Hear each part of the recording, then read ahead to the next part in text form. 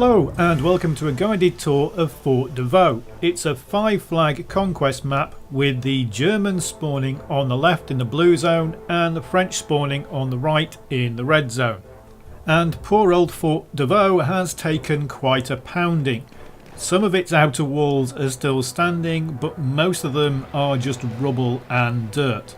An artillery bombardment is still pounding the top of the fort, which makes a lot of noise and throws a lot of dust and smoke into the air. But the top of the fort itself isn't accessible by players. There is some play around the outside of the fort, but the top of the fort and all these explosions and smoke is just there for effect. So I'm going to start this tour with a look around the outside of the map. So these are the areas around the fort that you can actually get to and have a fight in. So the first flag here is D, it's the closest to the French spawn and it's the barracks. Those blown open doorways lead to the actual barrack rooms with the beds. Outside you've got blown up walls, rubble and craters. When you move around the corner you get to the C flag, which is called Breach. This is where the actual Germans got into the base and there's a massive hole that allows access inside. When we move further around we get to A, which is the generator room. This is the closest flag to the German spawn. Now these barricades and barbed wire are as far as you can get as infantry. Basically you go out of bounds as soon as you start trying to get down this section here. So all of this section and the top is cut off. You can't get up there, it's out of bounds. I'm not sure why there's just some flimsy barricades and barbed wire at A to stop you getting around to this point, because at D there's actually a full-on barricade that you can't physically get past. So in Fort de Vaux you're not going to get shot from the rooftop, or should I say the mud and rubble top. So back again at D, and here you can see the barricade that blocks off that side of the map. Okay, so let's have a look at all the flags. So here we are at D, and this is often a place where you get good firefights. It's an interesting choke point because this map does suffer from spawn camping at the moment. There's really only one route out of the French and German spawns, and that's pretty much towards their gimme flag. So if the gimme flag gets taken, you can get spawn camped. DICE are aware of it and they're trying to fix it. So now we move round to C, and there is a bit of a trench complex outside of C. Inside it's pretty much just blown open into one large room, with a few stairways coming in and out of it. So while this looks like a pretty open area, there is actually quite a lot of cover for both sides. Next we'll move further around the outside of the map to A. This is the generator room, and this is the third of the flags that has an entrance and exit to the outside. So D, C and A run around one side of the map, and they've got entrances and exits to the tunnels and rubble area outside. You can almost think of it like the outside route on lockers, except of course it goes round a curve, so there's no major sniper lanes and there's a lot more cover than there is outside on lockers. B is the central courtyard, and this is the first of the flags with no outside connections. But there are a ton of ways onto this flag, and the flag is surrounded by doorways and little windows. They're all shuttered, although those shutters can be blown away as you can see, and there's corridors running around the top ring and around the bottom ring. This is actually a really hard flag to try and find a safe spot to capture it from.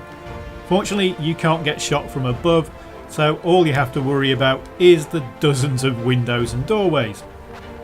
Next we move on to E, which is the ammo depot, and this is genuinely the only inside flag in Fort Vaux.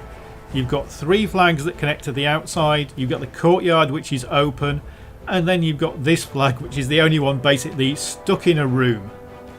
It does have a few little side rooms, but mostly you have to get into this room down narrow staircases. This can be quite an easy flag to defend, but to be honest, not a lot of defending goes on in Fort Vaux. Right, so that's the tour of Fort Vaux, and I'm going to give you a bit of a fly through of some of the tunnels and the connections in between flags. And while I'm doing that, I'll discuss what I actually think of this map. So it is better than lockers and it is better than Metro because there are a lot of flanking routes on this map. it's not really got any choke points. Unless both sides decide to go for the same flag at the same time, you tend not to get choke points.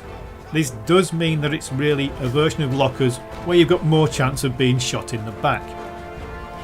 That doesn't mean that this is a map without problems. At the moment it's got some horrible spawn zones.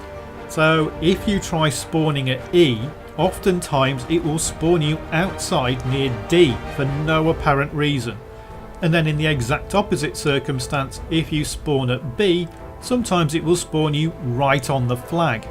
At the moment there's no real logic behind the spawns. Now DICE have said they are going to be changing the spawns because they are aware that there is an issue. Another major issue with this map is of course grenade spam. And this is playing on the CTE version where you only get one of the grenades. So you don't get 2 gas grenades anymore, you only get 1, and support bags now replenish grenades slower. But grenade spam is still a massive problem. You've got the assaults carrying 2 anti-tank grenades and carrying dynamite, or you've got the support who's carrying the crossbow, and so grenades are just flying everywhere. If you add into that people tend to die quite quickly on this map, then they're just respawning with restock grenades anyway. Some of the capture points, particularly for the outside flags, so C, D and A, seem particularly small.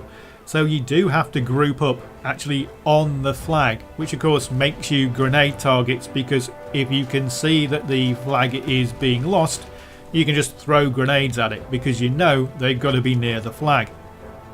But let's face it, these are all known problems that we've had with DICE infantry maps before.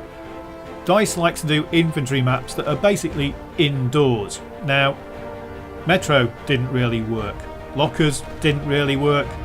This isn't going to be one of my favourite maps. This is going to be the map you go to when you need to grind kills with a gun. Having said that, it is bigger than Lockers and we have only tried it on 64 player Conquest, so maybe on the smaller modes this is going to work better. And maybe I'm completely wrong and people do want another version of Metro and Lockers. But to be honest, wouldn't it be nice to have a small compact infantry only map that was outdoors rather than just being stuck in buildings all the time? You know, this is World War I. We could have had a really nice trench map. Maybe we'll see that in a future DLC, but for now what we have is Fort de Vaux. It's an improvement on what we've had before, but it's still going to be the go-to map for grinding out kills.